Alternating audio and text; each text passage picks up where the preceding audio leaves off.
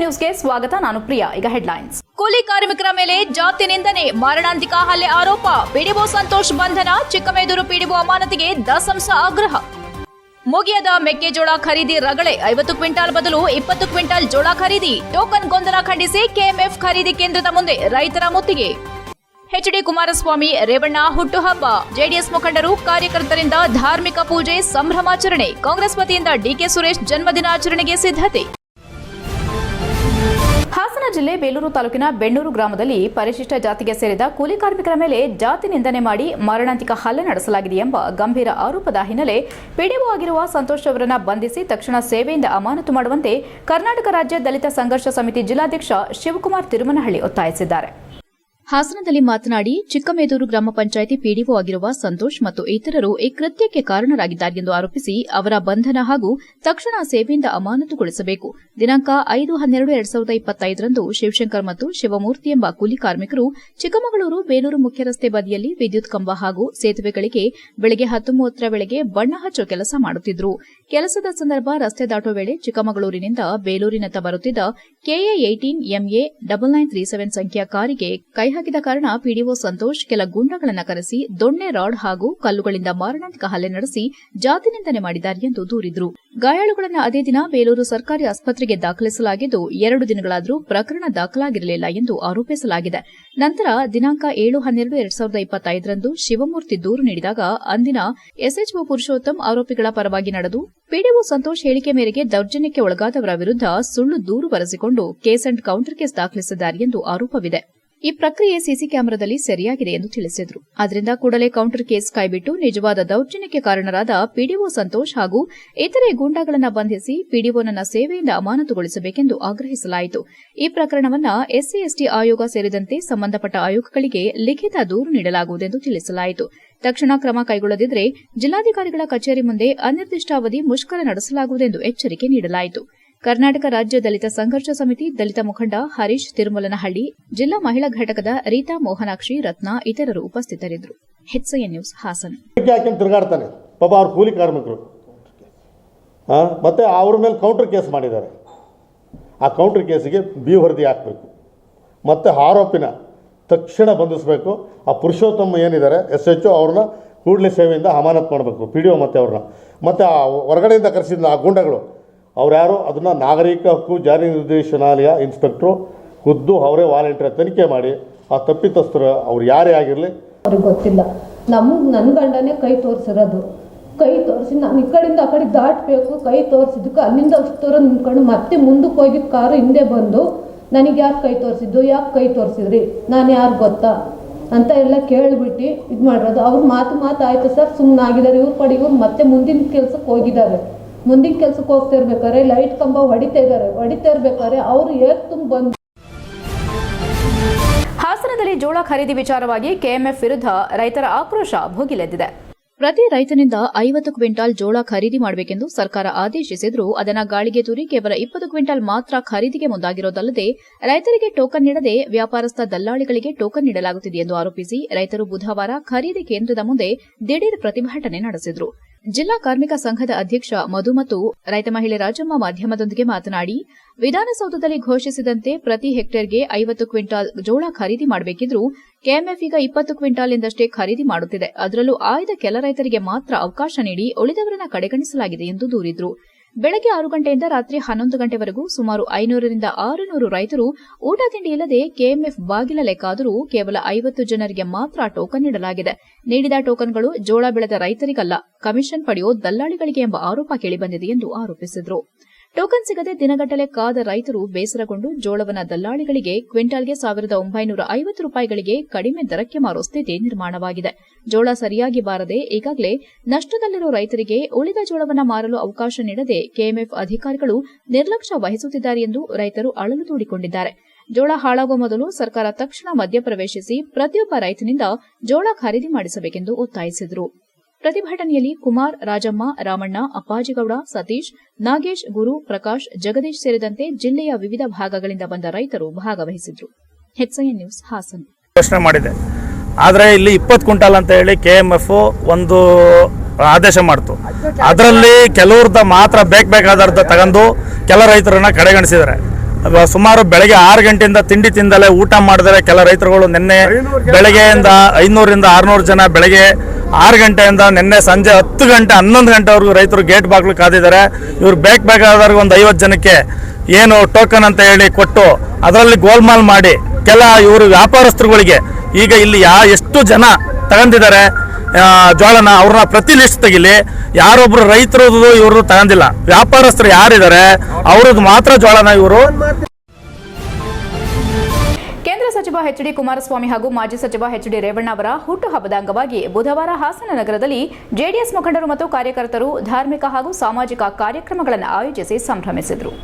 ಹಾಸನ ನಗರದ ನೀರುಬಾಗಿಲು ಶ್ರೀ ಆಂಜನೇಯ ಸ್ವಾಮಿ ದೇವಾಲಯದಲ್ಲಿ ವಿಶೇಷ ಪೂಜೆ ಅರ್ಚನೆ ಸಲ್ಲಿಸಿ ಪಟಾಕಿ ಸಿಡಿಸಿ ಕೇಕ್ ಕತ್ತರಿಸುವ ಮೂಲಕ ಹುಟ್ಟುಹಬ್ಬವನ್ನು ಆಚರಿಸಲಾಯಿತು.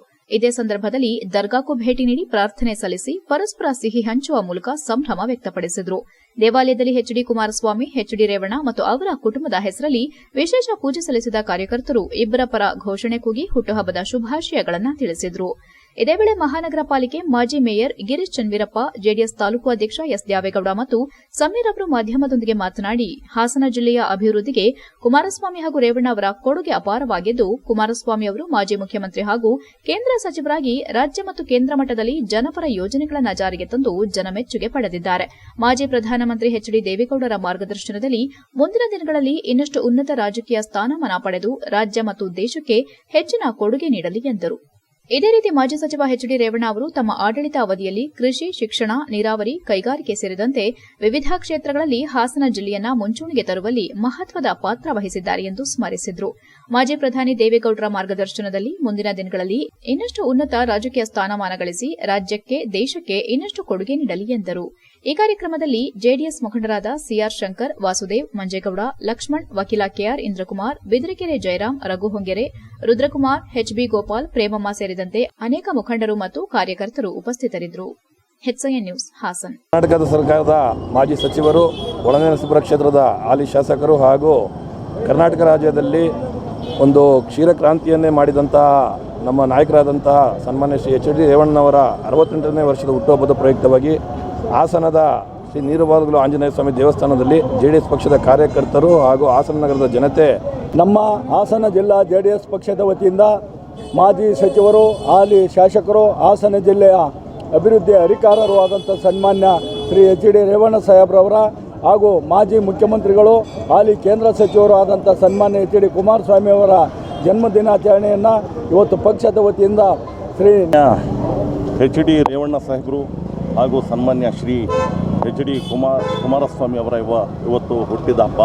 ಅವರಿಗೆ ನಿಮ್ಮೆಲ್ಲರ ಪರವಾಗಿ ತುಂಬು ಹೃದಯದ ಶುಭಾಶಯಗಳನ್ನು ಹೇಳ್ತೀನಿ. ಎಚ್.ಡಿ. ಕುಮಾರಸ್ವಾಮಿ ಮತ್ತು ಸನ್ಮಾನ್ಯ ಶ್ರೀ ಎಚ್.ಡಿ. ರೇವಣ್ಣನವರಿಗೆ ಆ ದೇವರು ಆಯಸ್ಸು. ಎಚ್ಐಎನ್ ನ್ಯೂಸ್ನಲ್ಲಿ ಈಗ ಒಂದು ಪುಟ್ಟ ಬ್ರೇಕ್.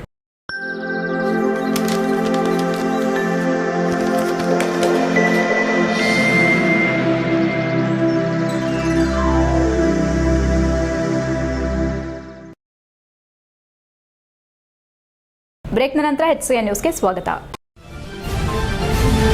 ಮಾಜಿ ಸಂಸದರು, ಬಮೂಲ್ ಅಧ್ಯಕ್ಷರು ಹಾಗೂ ರಾಜ್ಯ ಕಾಂಗ್ರೆಸ್ನ ಜನನಾಯಕ ಡಿಕೆ ಸುರೇಶ್ ಅವರ ಜನ್ಮದಿನದ ಪ್ರಯುಕ್ತ ಡಿಸೆಂಬರ್ 18ರ ಗುರುವಾರದಂದು ಹಾಸನ ನಗರದಲ್ಲಿ ವಿವಿಧ ಸಾಮಾಜಿಕ ಮತ್ತು ಧಾರ್ಮಿಕ ಕಾರ್ಯಕ್ರಮಗಳನ್ನು ಹಮ್ಮಿಕೊಳ್ಳಲಾಗಿದೆ ಎಂದು ಕಾಂಗ್ರೆಸ್ ಜಿಲ್ಲಾ ಪ್ರಧಾನ ಕಾರ್ಯದರ್ಶಿ ರಘುದಾಸರ ಕೊಪ್ಲು ತಿಳಿಸಿದ್ದಾರೆ.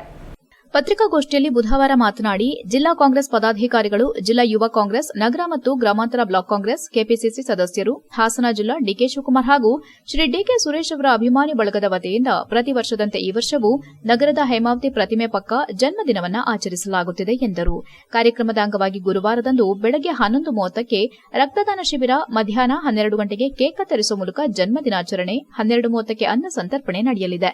ಸಂಜೆ ಹಾಸನ ನಗರದ ನೀರುಬಾಗಿಲು ಆಂಜನೇಯ ದೇವಸ್ಥಾನದಲ್ಲಿ ಡಿಕೆ ಸುರೇಶ್ ಅವರ ಹೆಸರಲ್ಲಿ ವಿಶೇಷ ಪೂಜೆ ಮತ್ತು ದೇವಸ್ಥಾನದ ಮುಂಭಾಗ ಈಡುಗಾಯಿ ಹೊಡೆಯೋ ಕಾರ್ಯಕ್ರಮ ಆಯೋಜಿಸಲಾಗಿದೆ.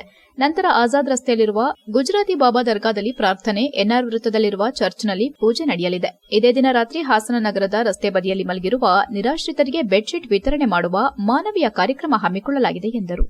ಹಾಸನ ಜಿಲ್ಲೆಯ ಎಲ್ಲಾ ಬ್ಲಾಕ್ ಕಾಂಗ್ರೆಸ್ ಅಧ್ಯಕ್ಷರು, ಕೆಪಿಸಿಸಿ ಸದಸ್ಯರು, ಜಿಲ್ಲಾ ಮುಂಚೂಣಿ ಘಟಕಗಳ ಅಧ್ಯಕ್ಷರು ಮತ್ತು ಪದಾಧಿಕಾರಿಗಳು, ಜಿಲ್ಲಾ ಕಾಂಗ್ರೆಸ್ ಸಮಿತಿ ಸದಸ್ಯರು, ನಗರಸಭೆ ಮತ್ತು ಸ್ಥಳೀಯ ಸಂಸ್ಥೆಗಳ ಕಾಂಗ್ರೆಸ್ ಪಕ್ಷದ ಸದಸ್ಯರು, ಅಭ್ಯರ್ಥಿಗಳು, ವಿಶೇಷವಾಗಿ ಡಿಕೆ ಶಿವಕುಮಾರ್ ಮತ್ತು ಶ್ರೀ ಡಿಕೆ ಸುರೇಶ್ ಅವರ ಅಭಿಮಾನಿಗಳು, ಕಾಂಗ್ರೆಸ್ ಮುಖಂಡರು, ಕಾರ್ಯಕರ್ತರು ಹಾಗೂ ಸಾರ್ವಜನಿಕರು ಹೆಚ್ಚಿನ ಸಂಖ್ಯೆಯಲ್ಲಿ ಭಾಗವಹಿಸಿ ಜನನಾಯಕ ಡಿಕೆ ಸುರೇಶ್ ಅವರ ಜನ್ಮದಿನಾಚರಣೆಯನ್ನು ಯಶಸ್ವಿಗೊಳಿಸಬೇಕೆಂದು ಆಯೋಜಕರು ಮನವಿ ಮಾಡಿದರು. ಪತ್ರಿಕಾಗೋಷ್ಠಿಯಲ್ಲಿ ನಗರ ಬ್ಲಾಕ್ ಕಾಂಗ್ರೆಸ್ ಅಧ್ಯಕ್ಷ ಅಬ್ದುಲ್ ಖಯೂಂ, ಗ್ರಾಮಾಂತರ ಬ್ಲಾಕ್ ಕಾಂಗ್ರೆಸ್ ಅಧ್ಯಕ್ಷ ಚಂದ್ರಶೇಖರ್, ಯುವ ಕಾಂಗ್ರೆಸ್ ಅಧ್ಯಕ್ಷ ರಂಜಿತ್ ಗೊರೂರು, ನಗರಸಭಾ ಸದಸ್ಯ ಅಶ್ರು ಆಸಿಫ್, ನಗರ ಉಪಾಧ್ಯಕ್ಷ ಹರೀಶ್, ಪ್ರಧಾನ ಕಾರ್ಯದರ್ಶಿ ರಾಘವೇಂದ್ರ ಪ್ರಸಾದ್, ಉಪಾಧ್ಯಕ್ಷ ಮೊಹಮ್ಮದ್ ಇಸ್ಮಾಯಿಲ್ ಇತರರು ಉಪಸ್ಥಿತರಿದ್ದರು. HIN news Hassan. ಪತ್ರಿಕಾಗೋಷ್ಠಿ ಕರೆದಿರೋ ಉದ್ದೇಶ 18/12/2025 ಗುರುವಾರ ನಮ್ಮ ಎಲ್ಲರ ಅಚ್ಚುಮೆಚ್ಚಿನ ನಾಯಕರು, ಬೆಂಗಳೂರು ಗ್ರಾಮಾಂತರದ ಮಾಜಿ ಸಂಸದರು, ಹಾಲಿ ಬೊಮ್ಮೂಲ್ ಅಧ್ಯಕ್ಷರು, ಜನನಾಯಕರು, ಕರ್ನಾಟಕ ರಾಜ್ಯ ಕಾಂಗ್ರೆಸ್ನ ಮುಖಂಡರಾದ ಶ್ರೀಯುತ ಡಿಕೆ ಸುರೇಶ್ ಅಣ್ಣನವರ ಹುಟ್ಟುಹಬ್ಬ. ನಾವು ಪ್ರತಿ ವರ್ಷದಂತೆ ಈ ವರ್ಷವೂ ಕೂಡ ಹಾಸನ ನಗರದ ಹೇಮಾವತಿ ಪ್ರತಿಮೆ ಪಕ್ಕ ಡಿಕೆ ಸುರೇಶ್ ಅಣ್ಣವರ ಹುಟ್ಟುಹಬ್ಬವನ್ನು ಹಾಸನ ಜಿಲ್ಲಾ ಕಾಂಗ್ರೆಸ್ ಪದಾಧಿಕಾರಿಗಳು, ಜಿಲ್ಲಾ ಯುವ ಕಾಂಗ್ರೆಸ್ ಸಮಿತಿ, ಹಾಸನ ನಗರ ಗ್ರಾಮಾಂತರ ಬ್ಲಾಕ್ ಕಾಂಗ್ರೆಸ್ ಸಮಿತಿ, ನಗರಸಭಾ ಸದಸ್ಯರು, ನಗರ ಬ್ಲಾಕ್ ಕಾಂಗ್ರೆಸ್ ಪದಾಧಿಕಾರಿಗಳು ಹಾಗೂ ಸುರೇಶ್ ಅಣ್ಣನವರು ಅಭಿಮಾನಿಗಳು ಎಲ್ಲ ಸೇರಿ ಅರ್ಥಪೂರ್ಣವಾಗಿ ಹುಟ್ಟುಹಬ್ಬವನ್ನು ಹೇಮಾವತಿ ಪ್ರತಿಮೆ ಪಕ್ಕ ಆಚರಣೆ ಮಾಡ್ತಾ ಇದ್ದೀವಿ. ಸಕಲೇಶಪುರ ತಾಲೂಕು ಬೆಳಗೋಡು ಹೋಬಳಿಯಲ್ಲಿ ಕಾಂಗ್ರೆಸ್ ಪಕ್ಷವನ್ನು ಇನ್ನಷ್ಟು ಸದೃಢಗೊಳಿಸುವ ಉದ್ದೇಶದಿಂದ ಮುಖಂಡರು ಹಾಗೂ ಕಾರ್ಯಕರ್ತರ ಸಭೆ ಕರೆಯಲಾಗಿದೆಯೇ ಹೊರತು ಇದು ಯಾವುದೇ ವ್ಯಕ್ತಿಯ ವಿರುದ್ಧ ನಡೆಸಿದ ಸಭೆಯಲ್ಲ ಎಂದು ಕೆಪಿಸಿಸಿ ಸದಸ್ಯ ಸಲೀಂ ಕೊಲ್ಲಹಳ್ಳಿ ಸ್ಪಷ್ಟಪಡಿಸಿದರು. ಸಕಲೇಶಪುರ ತಾಲೂಕಿನ ವಡೂರು ಗ್ರಾಮದ ಹೋಂಸ್ಟೇ ಒಂದರಲ್ಲಿ ನಡೆದ ಬೆಳಗೋಡು ಹೋಬಳಿ ಮಟ್ಟದ ಕಾಂಗ್ರೆಸ್ ಮುಖಂಡರ ಸಭೆಯಲ್ಲಿ ಮಾತನಾಡಿದ ಅವರು, ಹಿಂದಿನ ಚುನಾವಣೆಗಳಲ್ಲಿ ಕಾಂಗ್ರೆಸ್ ಪಕ್ಷದ ಅಭ್ಯರ್ಥಿಗಳು ಗೆದ್ದರೂ ಸೋತರೂ ಬೆಳಗೋಡು ಹೋಬಳಿ ಕಾಂಗ್ರೆಸ್ ಪಕ್ಷದ ಕೈ ಹಿಡಿದಿದೆ. ಕ್ಷೇತ್ರದಲ್ಲಿ ಕಾಂಗ್ರೆಸ್ ಪಕ್ಷದಷ್ಟು ಬಲಿಷ್ಠವಾದ ಮತ್ತೊಂದು ಪಕ್ಷ ಇಲ್ಲ. ಹಲವು ನಾಯಕರು ಪಕ್ಷ ಸಂಘಟನೆಯಲ್ಲಿ ತೊಡಗಿಸಿಕೊಂಡಿದ್ದಾರೆ. ಮುಂದಿನ ದಿನಗಳಲ್ಲಿ ನಡೆಯಲಿರುವ ಗ್ರಾಮ ಪಂಚಾಯಿತಿ, ತಾಲೂಕು ಪಂಚಾಯಿತಿ ಹಾಗೂ ಜಿಲ್ಲಾ ಪಂಚಾಯಿತಿ ಚುನಾವಣೆಯಲ್ಲಿ ಬೆಳಗೋಡು ಹೋಬಳಿಯಲ್ಲಿ ಪಕ್ಷವನ್ನು ಇನ್ನಷ್ಟು ಬಲಪಡಿಸಿ ಸ್ಪರ್ಧಿಸುವ ಕಾಂಗ್ರೆಸ್ ಪಕ್ಷದ ಎಲ್ಲ ಅಭ್ಯರ್ಥಿಗಳನ್ನು ಗೆಲ್ಲಿಸುವ ಉದ್ದೇಶದಿಂದಲೇ ಈ ಸಭೆ ಕರೆಯಲಾಗಿದೆ ಎಂದರು. ಪಕ್ಷ ನನಗೆ ಕೆಪಿಸಿಸಿ ಸದಸ್ಯತ್ವವನ್ನು ಪಕ್ಷ ಕಟ್ಟುವ ಜವಾಬ್ದಾರಿಯೊಂದಿಗೆ ನೀಡಿದೆ. ಆ ನಿಟ್ಟಿನಲ್ಲಿ ತಳಮಟ್ಟದಿಂದ ಪಕ್ಷವನ್ನು ಬಲಪಡಿಸಲು ಇದು ಮೊದಲ ಸಭೆಯಾಗಿದೆ. ಮುಂದಿನ ದಿನಗಳಲ್ಲಿ ಬೆಳಗೋಡು ಹೋಬಳಿಯ 8 ಗ್ರಾಮ ಪಂಚಾಯಿತಿ ವ್ಯಾಪ್ತಿಗಳಲ್ಲಿ ಇಂತಹ ಸಭೆಗಳನ್ನು ನಡೆಸಲಾಗುವುದು. ಕಾರ್ಯಕರ್ತರ ಅಭಿಪ್ರಾಯಗಳನ್ನು ಪಕ್ಷದ ಮುಖಂಡರಿಗೆ ತಲುಪಿಸಿ ಯಾರು ನಾಯಕತ್ವ ವಹಿಸಬೇಕೆಂದು ಕಾರ್ಯಕರ್ತರು ತೀರ್ಮಾನಿಸುತ್ತಾರೋ ಅವರ ಹೆಸರನ್ನು ಶಿಫಾರಸು ಮಾಡಲಾಗುವುದು. ಐಷಾರಾಮಿ ಬಂಗಲೆಯಲ್ಲಿ ಕುಳಿತು ಟಿಕೆಟ್ ಹಂಚೋ ರಾಜಕಾರಣಕ್ಕೆ ನಾವು ಮುಂದಾಗುವುದಿಲ್ಲ ಎಂದು ಹೇಳಿದರು. ಈ ವೇಳೆ ಮಾತನಾಡಿದ ಕೆಪಿಸಿಸಿ ಸದಸ್ಯ ಎಡೆಹಳ್ಳಿ ಮಂಜುನಾಥ್, ಎಸಳೂರು ಹೋಬಳಿಯಲ್ಲಿ ನಡೆದ ಕಾಡಾನೆ ಗಲಾಟೆಯಲ್ಲಿ ಸಾಕಾನೆ ಅರ್ಜುನನ ಸಾವಿಗೆ ಅಧಿಕಾರಿಗಳ ನಿರ್ಲಕ್ಷ್ಯವೇ ನೇರ ಕಾರಣ. ಸಾಕಾನೆ ಅರ್ಜುನನ ಕಾಲಿಗೆ ಗುಂಡು ತಗುಲಿದ ಬಳಿಕ ಸಮರ್ಪಕ ಮಾರ್ಗದರ್ಶನ ಇಲ್ಲದೆ ಅವನು ಕಾಡಾನೆಗಳ ದಾಳಿಗೆ ಸಿಲುಕಿ ಮೃತಪಟ್ಟಿದ್ದಾನೆ. ಅರ್ಜುನನ ಸಾವಿಗೆ ಕಾರಣರಾದ ಅಧಿಕಾರಿಗಳನ್ನು ವಜಾಗೊಳಿಸಿ ತನಿಖೆ ನಡೆಸುವಂತೆ ಒತ್ತಾಯಿಸಿ ನಾನು ಹೋರಾಟ ನಡೆಸಿದ್ದೇನೆ ಎಂದರು. ಇದರ ನಡುವೆ ಸಕಲೇಶಪುರ ತಾಲೂಕು ಅಭಿವೃದ್ಧಿ ಪ್ರಾಧಿಕಾರದ ನೂತನ ಅಧ್ಯಕ್ಷ ಸೈಯದ್ ಮುಫೀಜ್ ಹಾಗೂ ಪಕ್ಷದ ಮುಖಂಡ ಬೈಕೆರೆ ದೇವರಾಜ್ ಹಾಗೂ ಅವರ ಬೆಂಬಲಿಗರು ಸಭೆಗೆ ಆಗಮಿಸಿ ಇದು ಪಕ್ಷ ಒಡೆಯೋ ಕಾರ್ಯಕ್ರಮವಾಗಿದ್ದು ಪರಾಜಿತ ಅಭ್ಯರ್ಥಿ ಮುರಳಿ ಮೋಹನ್ ಹಾಗೂ ಬ್ಲಾಕ್ ಕಾಂಗ್ರೆಸ್ ಅಧ್ಯಕ್ಷ ಬೈರಮುಡಿ ಚಂದ್ರು ಅವರನ್ನು ಆಹ್ವಾನಿಸಿ ಸಭೆ ನಡೆಸಬೇಕಿತ್ತು ಎಂದು ಪ್ರಶ್ನಿಸಿದರು. ಪ್ರತಿಕ್ರಿಯಿಸಿದ ಸಭೆಯ ಆಯೋಜಕ ಕುಣಿಗನಹಳ್ಳಿ ಗ್ರಾಮ ಪಂಚಾಯಿತಿ ಮಾಜಿ ಅಧ್ಯಕ್ಷ ಹೆಗ್ಗಾವೆ ಪುಟ್ಟರಾಜೇಗೌಡ, ಈ ಸಭೆ ಕೇವಲ ಬೆಳಗೋಡು ಹೋಬಳಿಗೆ ಸೀಮಿತವಾಗಿರುವುದರಿಂದ ಆ ವ್ಯಾಪ್ತಿಯವರನ್ನೇ ಆಹ್ವಾನಿಸಲಾಗಿದೆ. ಇದು ಯಾವುದೇ ಭಿನ್ನಮತ ಅಥವಾ ಅಸಮಾಧಾನ ಹುಟ್ಟುಹಾಕೋ ಸಭೆಯಲ್ಲ. ಪಕ್ಷ ಸಂಘಟನೆಯ ದೃಷ್ಟಿಯಿಂದಲೇ ಸಭೆ ನಡೆಸಲಾಗಿದೆ. ಈ ಭಾಗದ ಹಲವು ನಾಯಕರು ಸಭೆಗೆ ಆಗಮಿಸಿ ತಮ್ಮ ಸಲಹೆ ಸೂಚನೆಗಳನ್ನು ನೀಡಿದ್ದಾರೆ ಎಂದರು. ಸಭೆಯಲ್ಲಿ ಪಕ್ಷದ ಮುಖಂಡರಾದ ದೊಡ್ಡದಿಣ್ಣೆ ಮಂಜೇಗೌಡ, ಹೆಗ್ಗಾವೆ ಗೋಪಾಲಸ್ವಾಮಿ, ಬಾಗಿ ನೀಲಕಂಠೇಗೌಡ, ಬೆಳಗೋಡು ಗ್ರಾಮ ಪಂಚಾಯಿತಿ ಅಧ್ಯಕ್ಷ ಭುವನಾಕ್ಷ, ಕುಣಿಗನಹಳ್ಳಿ ಗ್ರಾಮ ಪಂಚಾಯಿತಿ ಅಧ್ಯಕ್ಷೆ ತಾರಾ ಮಹೇಶ್, ಪಕ್ಷದ ಒಬಿಸಿ ಮುಖಂಡ ವಡ್ಡರಹಳ್ಳಿ ರಾಜಣ್ಣ, ಸಾವುಲ್ ಹಮೀದ್, ನಾಗರಾಜ್, ನಿಜಾರ್, ದಿನೇಕೆರೆ ಶೇಖರ್, ಪ್ರೇಮ್ ಸೇರಿದಂತೆ ಹಲವರು ಉಪಸ್ಥಿತರಿದ್ದರು. HIN news Sakleshpur. SP, additional SP ಅವರೆಲ್ಲರೂ ಕೂಡ ಇವ್ರ ಜೊತೆ ಮಾತಾಡ್ತಾರೆ. ಕೊನೆಯದಾಗಿ ಡಿಸಿ ಅವರು ಸತ್ಯಭಾಮ ಅವರು ಕೂಡ ಒಂದು ಲೆವೆಲ್ಗೆ ಅದಕ್ಕೆ ಒಪ್ಕೊಳ್ಳುವಂತ ಪರಿಸ್ಥಿತಿಗೂ ಕೂಡ ಬರ್ತಾರೆ. ಅದೇ ಸಂದರ್ಭದಲ್ಲಿ ಒಂದಷ್ಟು ಜನ ಬೇರೆಯವರು ಬೇರೆ ತರಹದ ಹೋರಾಟವನ್ನ ಶುರು ಮಾಡಿ ಅಲ್ಲಿ ಖ್ಯಾತೆ ತೆಗೆದು ಅಲ್ಲಿ ಗಲಾಟೆಗೆ ಸಂದರ್ಭ ಒದಗಿ ಬರ್ತದೆ. ಆ ಸಮಯದಲ್ಲಿ ಮಂಜಣ್ಣ ಆಗಲಿ ಇನ್ನು ಇತರ ಯಾರು ಬೆಕ್ನಳ್ಳಿ ನಾಗರಾಜ್ ಅವರು, ವಿಕ್ರಮ್ ಅವರು ಆ ಸ್ಥಳದಲ್ಲೇ ಇರೋದಿಲ್ಲ. ಇವತ್ತು ವಿಡಿಯೋ ನೋಡ್ಬೋದು. ಇವರು ಎಲ್ಲೋ ಇರ್ತಾರೆ, ಗಲಾಟೆ ಎಲ್ಲೋ ನಡೆಯುತ್ತೆ. ಆ ಸಂದರ್ಭದಲ್ಲಿ ಲಾಠಿ ಚಾರ್ಜ್ ಆಗುತ್ತೆ. ಆದರೆ ಇವೆಲ್ಲವೂ ನಡೆದು ಸರಿಯೋ ತಪ್ಪ ಅದು ಆಮೇಲೆ ತೀರ್ಮಾನ ಆಗಲಿ. 2 ವರ್ಷ ಕಳೆದೋಗಿದೆ. 2 ವರ್ಷ ಇವತ್ತು ವಿಶೇಷವಾಗಿ ಏನು ನನ್ನ ಮೇಲೆ ಅರ್ಜುನನ ವಿಚಾರವಾಗಿ ಪ್ರಕರಣ ದಾಖಲಾಗಿತ್ತು. ಆ ಪ್ರಕರಣದ ವಿಚಾರವಾಗಿ ನಮ್ಮ ಪಕ್ಷದ ಕಾರ್ಯಕರ್ತರು ಮನೆಗೆ ಬಂದು ಆಹ್ವಾನ ಮಾಡಿದ್ರು, ಹಿಂಗೊಂದು ಸಂಘಟನಾ ಸಭೆಯನ್ನು ಮಾಡೋಣ ಅಂಥೇಳಿ. ನೀವು ರಾಜೀನಾಮೆ ಕೊಟ್ಟಿರೋದು ಭಾಳ ಬೇಸರ ಆಗಿದೆ. ವಿಶೇಷವಾಗಿ ನೀವು ನಮ್ಮ ಜೊತೆ ಇರಬೇಕು ಅಂತ ಕೇಳಿಕೊಂಡು ಇವತ್ತು ಸಭೆಗೆ ಆಹ್ವಾನ ಮಾಡಿದ್ರು. ಈ ಸಭೆಗೆ ಬಂದಿದ್ದೀನಿ. ಇಲ್ಲಿ ನಾನು KPCC ಸದಸ್ಯತ್ವಕ್ಕೆ ರಾಜೀನಾಮೆ ಕೊಟ್ಟಿರ್ತಕ್ಕಂಥದ್ದು. ಯಾಕೆ ಕೊಟ್ಟೆ ಅಂತ ಅಂದರೆ, ನಮ್ಮದೇ ಸರ್ಕಾರ ಇದ್ದು ಹಿಂದಿನ ಹಳೆಯ ಪ್ರಕರಣವನ್ನು ಒಂದು ಪರಿಶೀಲನೆ ಮಾಡಿ ನಮ್ಮನ್ನು ಕರೆದು ಒಂದು ಇನ್ವೆಸ್ಟಿಗೇಷನ್ ಮಾಡಿ ಪ್ರಕರಣವನ್ನು ದಾಖಲಿಸಬೇಕಾಗಿತ್ತು. ಹಾಸನದಿಂದ ಕಾಸರಗೋಡಿಗೆ ಗೂಡ್ಸ್ ವಾಹನದಲ್ಲಿ ಅಕ್ರಮವಾಗಿ ಸಾಗಿಸುತ್ತಿದ್ದ 4 ಎಮ್ಮೆ, 1 ಕಾಡು ಕೋಣ ಸೇರಿ ಸಾಗಾಟದ ವಾಹನದ ಜೊತೆಗೆ ಇಬ್ಬರನ್ನ ಆಲೂರು ಪೊಲೀಸರು ವಶಕ್ಕೆ ಪಡೆದಿರೋ ಘಟನೆ ತಡರಾತ್ರಿ ಆಲೂರು ಪೊಲೀಸ್ ಠಾಣೆಯಲ್ಲಿ ನಡೆದಿದೆ. ದಿನಾಂಕ 17/12/2025 ಬೆಳಗಿನ ಜಾವ 3:30 ಗಂಟೆ ಸಮಯದಲ್ಲಿ ನೀಡನೂರು ಗ್ರಾಮದ ಕ್ರಾಸ್ ಹತ್ತಿರ NH75 BM ರಸ್ತೆಯಲ್ಲಿ KL5AY 4539 ನೋಂದಣಿ ಸಂಖ್ಯೆ ಬದಲಿಗೆ ನಕಲಿಯಾಗಿ KA25AB 4033 ನಂಬರ್ ಪ್ಲೇಟ್ ಅಳವಡಿಸಿಕೊಂಡು ಸರ್ಕಾರಕ್ಕೆ ಮೋಸ ಮಾಡುವ ಉದ್ದೇಶದಿಂದ ಬೊಲೆರೋ ಪಿಕಪ್ ವಾಹನದಲ್ಲಿ 5 ಜಾನುವಾರುಗಳನ್ನು ಅಕ್ರಮವಾಗಿ ಹಾಸನ ಮಂಗಳವಾರ ಸಂತೆಯಲ್ಲಿ ಖರೀದಿಸಿ ಕಾಸರಗೋಡಿಗೆ ಕಸಾಯಿಖಾನೆಗೆ ಮೇಲ್ಕಂಡ ಬೊಲೆರೋ ವಾಹನದಲ್ಲಿ ಸಾಗಣೆ ಮಾಡುತ್ತಿದ್ದುದು. ಇದರಲ್ಲಿದ್ದ ಆರೋಪಿಗಳಾದ 55 ವರ್ಷದ ಡ್ರೈವರ್ ರಾಜನ್ ವರ್ಗೀಸ್ ಬಿನ್ ವರ್ಗೀಸ್ ಮತ್ತು 43 ವರ್ಷದ ದನದ ವ್ಯಾಪಾರಿ PB ಥಾಮಸ್ ರನ್ನ ಆಲೂರು ಪೊಲೀಸರು ಬಂಧಿಸಿದ್ದು ಮತ್ತು ತಪ್ಪಿಸಿಕೊಂಡು ಓಡಿ ಹೋದ ಕೆಸಗುಲಿ ಗ್ರಾಮದ ಮೇಘರಾಜ್ನನ್ನ ಹಿಡಿಯಲು ಪೊಲೀಸರು ಕಾರ್ಯಾಚರಣೆ ನಡೆಸುತ್ತಿದ್ದು, ಈ ಪ್ರಕರಣ ಆಲೂರು ಪೊಲೀಸ್ ಠಾಣೆಯಲ್ಲಿ ದಾಖಲಾಗಿದೆ. ಈ ಕಾರ್ಯಾಚರಣೆಯಲ್ಲಿ ಪೊಲೀಸ್ ವೃತ್ತ ನಿರೀಕ್ಷಕ Mohan Reddy, police sub inspector Praveen Kumar ಮತ್ತು ಸಿಬ್ಬಂದಿಗಳಾದ ಪುನೀತ್, ಪೂರ್ಣೇಂದ್ರ, ಯೋಗೇಶ್, ನಾಗೇಶ್ ಭಾಗಿಯಾಗಿದ್ದರು. HCN news Alur. HCN ನ್ಯೂಸ್ನಲ್ಲಿ ಈಗ ಒಂದು ಪುಟ್ಟ ಬ್ರೇಕ್.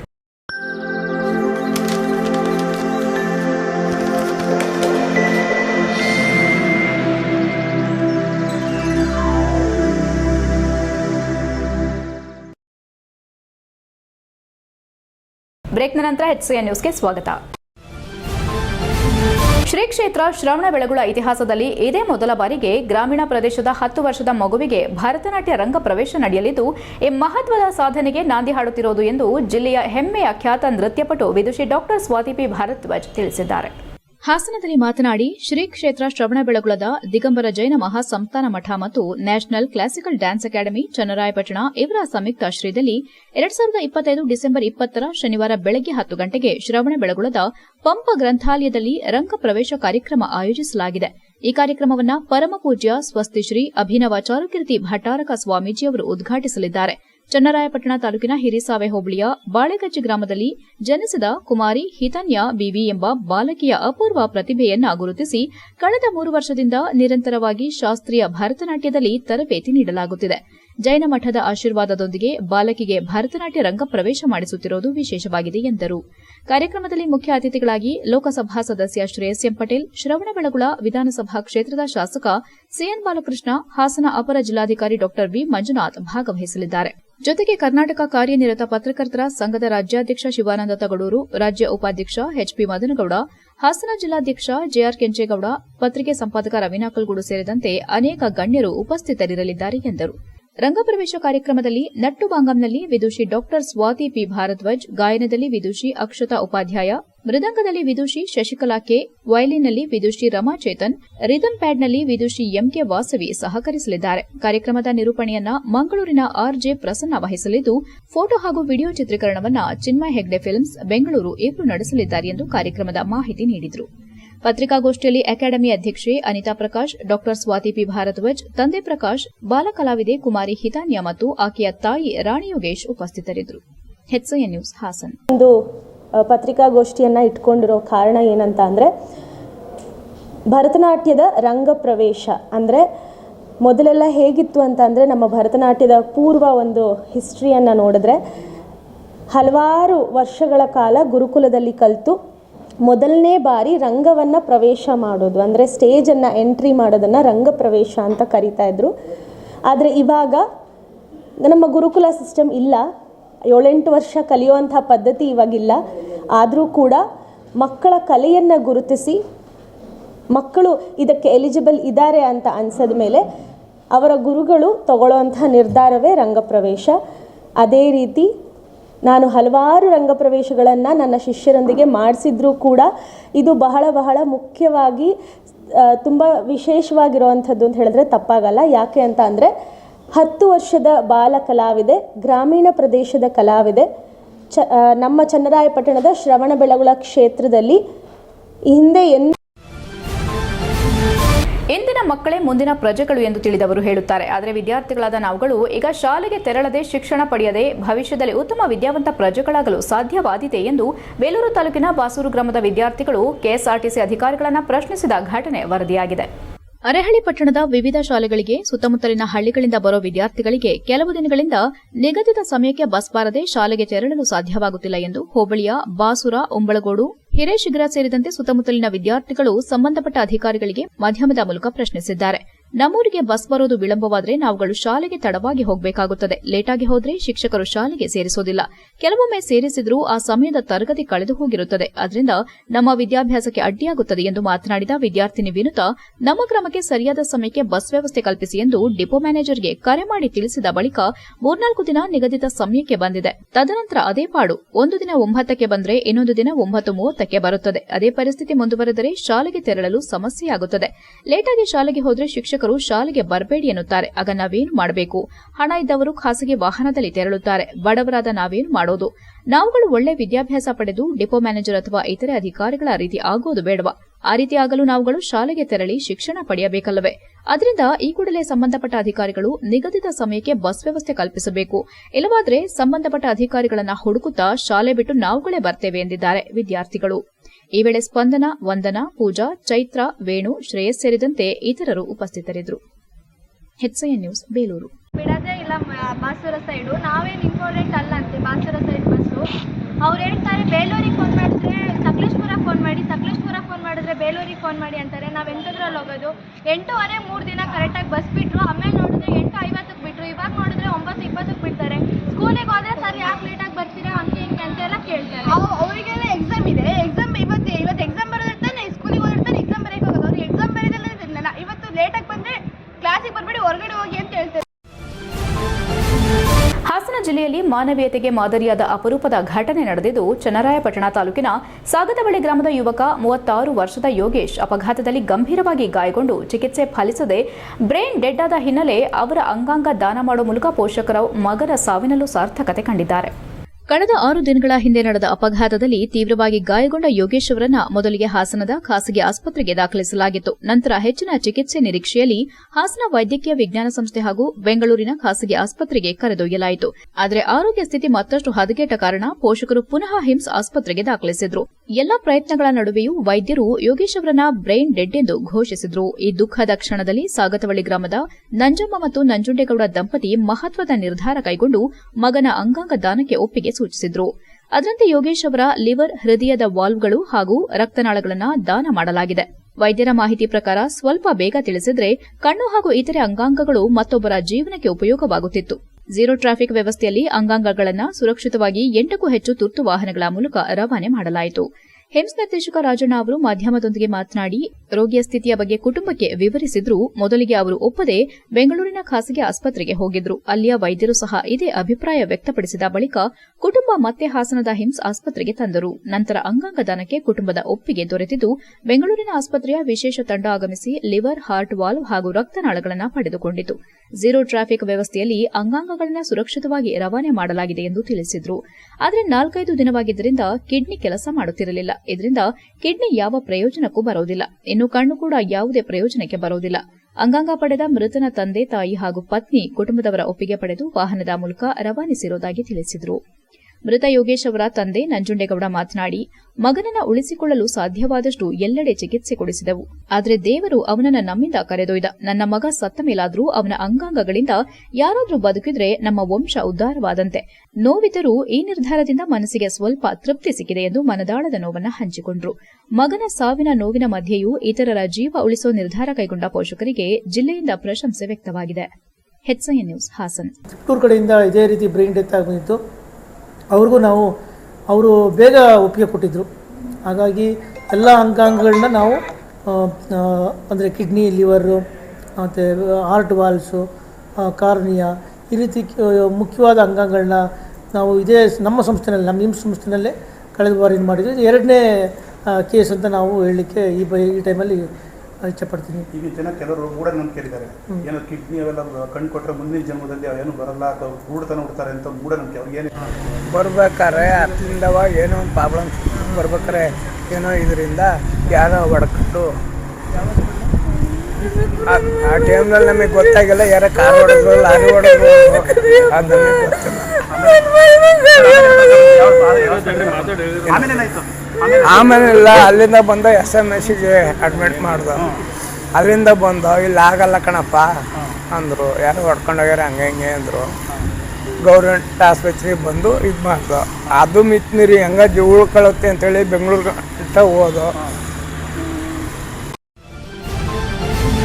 ಹೆಚ್ಐ ನ್ಯೂಸ್ನಲ್ಲಿ ಈಗ ಒಂದು ಪುಟ್ಟ ಬ್ರೇಕ್. ಹಾಸನದಲ್ಲಿ 28 ವರ್ಷಗಳಿಂದ ಜನತೆಗೆ ಅತ್ಯುತ್ತಮವಾದ ವೈದ್ಯಕೀಯ ಸೇವೆಯನ್ನು ನೀಡುತ್ತಿರುವ Hemavathi multi speciality hospital Hassan. ನಮ್ಮಲ್ಲಿ ದಿನದ 24 ಗಂಟೆಯೂ ಆಕ್ಸಿಡೆಂಟಲ್ ಇಂಜುರೀಸ್ ಮತ್ತು ಎಮರ್ಜೆನ್ಸಿ ಸರ್ವಿಸ್ಗಳನ್ನು ಹೊಂದಿದೆ.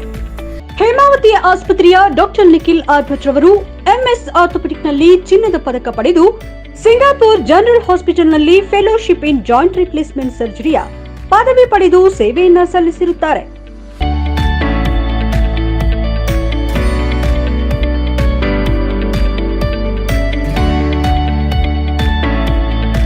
ನಮ್ಮಲ್ಲಿ ಆಂಬ್ಯುಲೆನ್ಸ್ ಸೇವೆಯೂ ಲಭ್ಯ.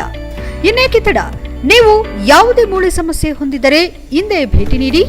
ಹೇಮಾವತಿ ಮಲ್ಟಿ ಸ್ಪೆಷಾಲಿಟಿ ಹಾಸ್ಪಿಟಲ್, ಉತ್ತರ ಬಡಾವಣೆ, ಹಾಸನ. ಬ್ರೇಕ್ನ ನಂತರ HCN ನ್ಯೂಸ್ಗೆ ಸ್ವಾಗತ.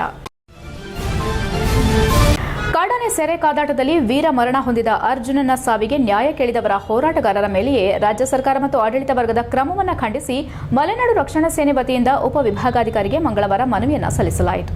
ನಂತರ ಮಲೆನಾಡು ರಕ್ಷಣಾ ಸೇನೆ ರಾಜ್ಯಾಧ್ಯಕ್ಷ ಸಾಗರ್ ಜನಕೆರೆ ಮಾತನಾಡಿ, 2 ವರ್ಷಗಳ ಹಿಂದೆ ಏಚಳೂರು ಹೋಬಳಿಯ ದಬ್ಬಳ್ಳಿ ಪ್ರದೇಶದಲ್ಲಿ ಅರ್ಜುನ ಆನೆ ವೀರ ಮರಣ ಹೊಂದಿದ ಪ್ರಕರಣಕ್ಕೆ ಸಂಬಂಧಿಸಿದಂತೆ ನ್ಯಾಯಕ್ಕಾಗಿ ಹೋರಾಟ ನಡೆಸಿದವರ ವಿರುದ್ದವೇ ಇದೀಗ ಪ್ರಕರಣ ದಾಖಲಿಸಿ ಕಾರಾಗೃಹದ ದಾರಿ ತೋರಿಸಲಾಗುತ್ತಿದೆ. ಇದು ಎಷ್ಟು ನ್ಯಾಯಸಮ್ಮತ ಎಂಬ ಪ್ರಶ್ನೆಯನ್ನ ರಾಜ್ಯ ಸರ್ಕಾರಕ್ಕೆ ಮತ್ತು ಪೊಲೀಸ್ ಇಲಾಖೆಯ ವಿರುದ್ಧ ಆಕ್ರೋಶ ವ್ಯಕ್ತಪಡಿಸಿದ್ದಾರೆ. ಅರ್ಜುನ ಆನೆ ಸಾವಿನ ಬಗ್ಗೆ ಎಡೆಹಳ್ಳಿ ಮಂಜುನಾಥ್, ಆನೆ ಹೋರಾಟ ಸಮಿತಿಯ ವಿಕ್ರಮ್, ಬೆಕ್ಕನಹಳ್ಳಿ ನಾಗರಾಜ್ ಸೇರಿದಂತೆ 16ಕ್ಕೂ ಹೆಚ್ಚು ಜನರು ನ್ಯಾಯಯುತವಾಗಿ ಹೋರಾಟ ನಡೆಸಿದ್ದಾರೆ. ಆದರೆ ಈ ಹೋರಾಟ ನಡೆದ 2 ವರ್ಷಗಳ ನಂತರ ಹೋರಾಟಗಾರರ ಮೇಲೆಯೇ ಪ್ರಕರಣ ದಾಖಲಿಸಿರೋದು ಸರ್ಕಾರದ ಲಜ್ಜೆಗೆಟ್ಟ ನೀತಿಯನ್ನ ತೋರುತ್ತದೆ. ನ್ಯಾಯ ಕೇಳೋದು ಅಪರಾಧವೇ? ಆನೆ ಸಾವಿನ ಸತ್ಯಾಂಶ ಬಹಿರಂಗಪಡಿಸುವ ಬದಲು ಹೋರಾಟಗಾರರನ್ನೇ ಗುರಿಯಾಗಿಸಿ ಪ್ರಕರಣ ದಾಖಲಿಸಿರೋದು ನಾಗರಿಕ ಸಮಾಜ ತಲೆತಗ್ಗಿಸುವಂತಹದ್ದು. ಅರ್ಜುನ ಆನೆಯ ಸಾವಿನ ಹಿಂದೆ ಅರಣ್ಯ ಇಲಾಖೆಯ ಬೇಜವಾಬ್ದಾರಿ ಇರುವ ಸಾಧ್ಯತೆಯನ್ನ ಮರೆಮಾಚಲು ಸರ್ಕಾರ ವಾಮಮಾರ್ಗ ಹಿಡಿದಿದೆ. ಇದೇ ಸರ್ಕಾರ ಈ ಹಿಂದೆ ರೈತರ ಪರವಾಗಿ ಹೋರಾಟ ನಡೆಸಿದ ನಮ್ಮ ಸಂಘದ ಕಾರ್ಯಕರ್ತರ ಮೇಲೂ ಬಲಪ್ರಯೋಗ ಮಾಡಿ ಪ್ರಕರಣ ದಾಖಲಿಸಿ ಹೋರಾಟದ ದಿಕ್ಕು ತಪ್ಪಿಸಲು ಯತ್ನಿಸಿದೆ. ಇದು ಸ್ಪಷ್ಟವಾದ ದ್ವೇಷ ರಾಜಕಾರಣ ಎಂದು ಅವರು ಟೀಕಿಸಿದರು. ಹೋರಾಟಗಾರರನ್ನ ಹತ್ತಿಕ್ಕುವ ಪ್ರಯತ್ನಗಳು ಪ್ರಜಾಪ್ರಭುತ್ವದ ಮೂಲ ತತ್ವಗಳಿಗೆ ವಿರುದ್ದವಾಗಿದೆ ಎಂದು ಹೇಳಿದರು. ಅರ್ಜುನ ಆನೆ ಸಾವಿನ ಕುರಿತಾಗಿ ಸ್ವತಂತ್ರ ಮತ್ತು ಪಾರದರ್ಶಕ ತನಿಖೆ ನಡೆಸಬೇಕು. ಹೋರಾಟಗಾರರ ಮೇಲಿನ ಎಲ್ಲಾ ಪ್ರಕರಣಗಳನ್ನು ಹಿಂಪಡೆಯಬೇಕು ಮತ್ತು ಅರಣ್ಯ ಇಲಾಖೆಯ ಹೊಣೆಗಾರಿಕೆಯನ್ನ ನಿಶ್ಚಿತಪಡಿಸಬೇಕೆಂದು ಮಲೆನಾಡು ಸೇನೆ ಸರ್ಕಾರವನ್ನ ಒತ್ತಾಯಿಸುತ್ತದೆ. ನ್ಯಾಯದ ಹೆಸರಿನಲ್ಲಿ ಧ್ವನಿ ಎತ್ತುವವರನ್ನ ದಮನಿಸುವ ಯಾವುದೇ ಕ್ರಮಗಳನ್ನು ಸಂಘ ಖಂಡಿಸುತ್ತದೆ ಎಂದರು. ಈ ಸಂದರ್ಭದಲ್ಲಿ ಮಲೆನಾಡು ರಕ್ಷಣಾ ಸೇನೆಯ ರೈತ ಘಟಕದ ಅಧ್ಯಕ್ಷ ಪ್ರಸನ್ನ ಕುಣಿಗಲ್, ತಾಲೂಕು ಅಧ್ಯಕ್ಷ ಮಂಜುದೇವ್, ರುದ್ರೇಶ್, ಯೋಗೇಶ್ ಇತರರು ಉಪಸ್ಥಿತರಿದ್ದರು. HCN news, Sakleshpur. ಇವತ್ತಿನ ದಿನ ಮಲೆನಾಡು ರಕ್ಷಣಾ ಸೇನೆ ಒಂದು ಮನವಿಯನ್ನು ತರಿಸಲಿಕ್ಕೆ ಎಸಿ ಆಫೀಸಿಗೆ ಬಂದಿದೆ. ವಿಷಯ ಏನಪ್ಪಾ ಅಂತ ಅಂದ್ರೆ, ಈ ವಿಷಯ ಹೇಳಲಿಕ್ಕೆ ಹೋದ್ರೆ ಇಡೀ ಸಕಲೇಶಪುರದ ಸಂಘ ಸಂಸ್ಥೆಗಳು ಹಾಗೂ ಸಾರ್ವಜನಿಕರು ದಯವಿಟ್ಟು ಗಮನ ಕೊಟ್ಟು ಕೇಳಬೇಕು. ಯಾಕೆ ಅಂದ್ರೆ ಇವತ್ತು ನ್ಯಾಯ ಕೇಳಲಿಕ್ಕೆ ಹೋದಂತವರ ವಿರುದ್ಧ ಇವತ್ತು ಕೇಸನ್ನ ಹಾಕ್ತಾ ಇದೆ ಪೊಲೀಸ್ ಇಲಾಖೆ. ಅವರ ವಿರುದ್ಧ ಕೇಸ್ ಹಾಕಿ ಪ್ರಕರಣವನ್ನ ಹಾಕಿ ಹೋರಾಟಗಾರರನ್ನ ಹತ್ತಿಕ್ಕುವಂತ ಕೆಲಸವನ್ನ ಮಾಡ್ತಾ ಇದೆ. ಯಾವ ವಿಷಯ ಅಂತ ಹೇಳಿದ್ರೆ, 2 ವರ್ಷದ ಹಿಂದೆ ಏನು ಅರ್ಜುನ ಆನೆ ವೀರ ಮರಣವನ್ನು ಹೊಂದುತ್ತೆ ಎಸಳೂರಿನ ದಬ್ಬಳಿಕಟ್ಟಿನಲ್ಲಿ, ಅವತ್ತಿನ ದಿನ ಅರ್ಜುನ ಆನೆಗೋಸ್ಕರ ನ್ಯಾಯ ಕೇಳಿದ್ರು. ಎರೆಹಳ್ಳಿಯಾರ್ ಮಂಜಣ್ಣ ಬೇಲೂರು ತಾಲೂಕು ವೀರಶೈವ ಸಮಾಜದ ವತಿಯಿಂದ ಇತ್ತೀಚೆಗೆ ನಿಧನರಾದ ಹಿರಿಯ ಮುಖಂಡರು, ಜನಪರ ಕೆಲಸ ಮಾಡಿ ಮನೆ ಮಾತಾಗಿದ್ದ ಶ್ರೀ ಶಾಮನೂರು ಶಿವಶಂಕರಪ್ಪನವರ ನಿಧನಕ್ಕೆ ಸಂತಾಪ ಸೂಚಿಸಿ ಶ್ರದ್ಧಾಂಜಲಿ ಕಾರ್ಯಕ್ರಮವನ್ನು ಆಯೋಜಿಸಲಾಗಿತ್ತು. ಶ್ರದ್ಧಾಂಜಲಿ ಸಭೆಯು ಬೇಲೂರು ಪಟ್ಟಣದ ಶ್ರೀ ಬಸವೇಶ್ವರ ವೃತ್ತದ ಬಳಿ ನಡೆಯಿತು. ಈ ಕಾರ್ಯಕ್ರಮವು ಪೂಜ್ಯ ಶ್ರೀ ಪುಷ್ಪಗಿರಿ ಮಹಾಸಂಸ್ಥಾನ ಮಠದ ಶ್ರೀ ಸೋಮಶೇಖರ ಶಿವಾಚಾರ್ಯ ಸ್ವಾಮಿಗಳ ದಿವ್ಯ ಸಾನ್ನಿಧ್ಯದಲ್ಲಿ ನೆರವೇರಿತು. ಈ ವೇಳೆ ಶ್ರೀ ಸೋಮಶೇಖರ ಶಿವಾಚಾರ್ಯ ಸ್ವಾಮೀಜಿಗಳು ಮಾತನಾಡಿ, ಶ್ರೀ ಶಾಮನೂರು ಶಿವಶಂಕರಪ್ಪನವರು ಕೇವಲ ಒಬ್ಬ ರಾಜಕಾರಣಿಯಾಗಿರಲಿಲ್ಲ. ಅವರು ಸಮಾಜದ ವಿವಿಧ ಕ್ಷೇತ್ರಗಳಿಗೆ, ಅದರಲ್ಲೂ ಶಿಕ್ಷಣ ಮತ್ತು ಧಾರ್ಮಿಕ ಚಟುವಟಿಕೆಗಳಿಗೆ ನೀಡಿದ ಕೊಡುಗೆ ಅಪಾರ. ಅವರಂತಹ ಹಿರಿಯ ಚೇತನದ ನಿಧನದಿಂದ ವೀರಶೈವ ಸಮಾಜಕ್ಕೆ ತುಂಬಲಾರದ ನಷ್ಟವಾಗಿದೆ. ಸಮಾಜ ಅವರನ್ನ ಸದಾ ಸ್ಮರಿಸುತ್ತದೆ ಎಂದು ತಿಳಿಸಿ ದಿವಂಗತರ ಆತ್ಮಕ್ಕೆ ಶಾಂತಿ ಕೋರಿದ್ರು.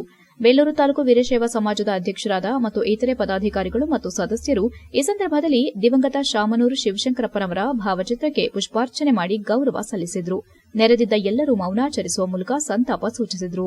ಕಾರ್ಯಕ್ರಮದಲ್ಲಿ ಬೇಲೂರು ತಾಲೂಕು ವೀರಶೈವ ಸಮಾಜದ ಅಧ್ಯಕ್ಷ ಎಎಸ್ ಬಸವರಾಜ್, ಪುರಸಭೆ ಮಾಜಿ ಅಧ್ಯಕ್ಷ ಎಚ್ಎಂ ದಯಾನಂದ್, ಬಲೇನಹಳ್ಳಿ ರವಿಕುಮಾರ್, ಪತ್ರಕರ್ತರ ಸಂಘದ ಪ್ರಧಾನ ಕಾರ್ಯದರ್ಶಿ ಬಿಬಿ ಶಿವರಾಜ್, ಮಹಿಳಾಧ್ಯಕ್ಷೆ ವಿಂಪು ಸಂತೋಷ್, ರಾಜೇಗೌಡ, ಲಿಂಗರಾಜ್, ಯೋಗೇಶ್ ಬೆಣ್ಣೂರು, ಮದನ್ ಬಳ್ಳೂರು, ಕೊರಟಿಕೆರೆ ರಾಜಣ್ಣ, ಆರಾಧ್ಯ, ಬೆಣ್ಣೂರು ರೇಣುಕುಮಾರ್, ಯತೀಶ್, ಪದಾಧಿಕಾರಿಗಳು, ಮುಖಂಡರು, ಸದಸ್ಯರು ಮತ್ತು ಸಾರ್ವಜನಿಕರು ಸೇರಿದಂತೆ ಅಪಾರ ಸಂಖ್ಯೆಯ ಜನರು ಭಾಗವಹಿಸಿದ್ರು. HCN news Belur.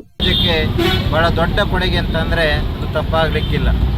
ಸತತವಾಗಿ 7-8 ಬಾರಿ ಶಾಸಕರಾಗಿ, ಸಚಿವರಾಗಿ, ಅದರ ಜೊತೆಯಲ್ಲಿ ಅಖಿಲ ಭಾರತ ವೀರಶೈವ ಮಹಾಸಭಾದ ರಾಜ್ಯ ಮತ್ತು ರಾಷ್ಟ್ರ ಘಟಕದ ಅಧ್ಯಕ್ಷರಾಗಿ ಸೇವೆಯನ್ನು ಸಲ್ಲಿಸಿರುವಂಥದ್ದು ಅವರಿಗೆ ಒಂದು ಶಕ್ತಿಯನ್ನು ಸಮಾಜ ಕೊಟ್ಟಿತ್ತು. ಸಮಾಜಕ್ಕೆ ವಿಶೇಷವಾದಂಥ ಶಕ್ತಿಯನ್ನು ಅವರ ಜೀವನದಲ್ಲಿ ಕೊಟ್ಟಿದ್ದಾರೆ. ಇವತ್ತು ಅವರು ನಿಮ್ಮನ್ನೆಲ್ಲರನ್ನು ಬಿಟ್ಟು. ಕೊನೆಯಲ್ಲಿ ಮತ್ತೊಮ್ಮೆ ಮುಖ್ಯಾಂಶಗಳು. ಕೂಲಿ ಕಾರ್ಮಿಕರ ಮೇಲೆ ಜಾತಿ ನಿಂದನೆ, ಮಾರಣಾಂತಿಕ ಹಲ್ಲೆ ಆರೋಪ, ಪಿಡಿಒ ಸಂತೋಷ್ ಬಂಧನ, ಚಿಕ್ಕಮೇದೂರು ಪಿಡಿಒ ಅಮಾನತಿಗೆ ದಸಂಸ ಆಗ್ರಹ. ಮುಗಿಯದ ಮೆಕ್ಕೆಜೋಳ ಖರೀದಿ ರಗಳೆ, 50 ಕ್ವಿಂಟಾಲ್ ಬದಲು 20 ಕ್ವಿಂಟಾಲ್ ಜೋಳ ಖರೀದಿ. ಟೋಕನ್ ಗೊಂದಲ ಖಂಡಿಸಿ ಕೆಎಂಎಫ್ ಖರೀದಿ ಕೇಂದ್ರದ ಮುಂದೆ ರೈತರ ಮುತ್ತಿಗೆ. ಎಚ್ಡಿ ಕುಮಾರಸ್ವಾಮಿ ರೇವಣ್ಣ ಹುಟ್ಟುಹಬ್ಬ, ಜೆಡಿಎಸ್ ಮುಖಂಡರು ಕಾರ್ಯಕರ್ತರಿಂದ ಧಾರ್ಮಿಕ ಪೂಜೆ ಸಂಭ್ರಮಾಚರಣೆ. ಕಾಂಗ್ರೆಸ್ ವತಿಯಿಂದ ಡಿಕೆ ಸುರೇಶ್ ಜನ್ಮದಿನಾಚರಣೆಗೆ ಸಿದ್ಧತೆ. ಎಷ್ಟೊತ್ತು ನೀವು ನೋಡಿದ್ದು ಹಾಸನದ ಸುದ್ದಿ ಅಂದ್ರೆ HCN ನ್ಯೂಸ್.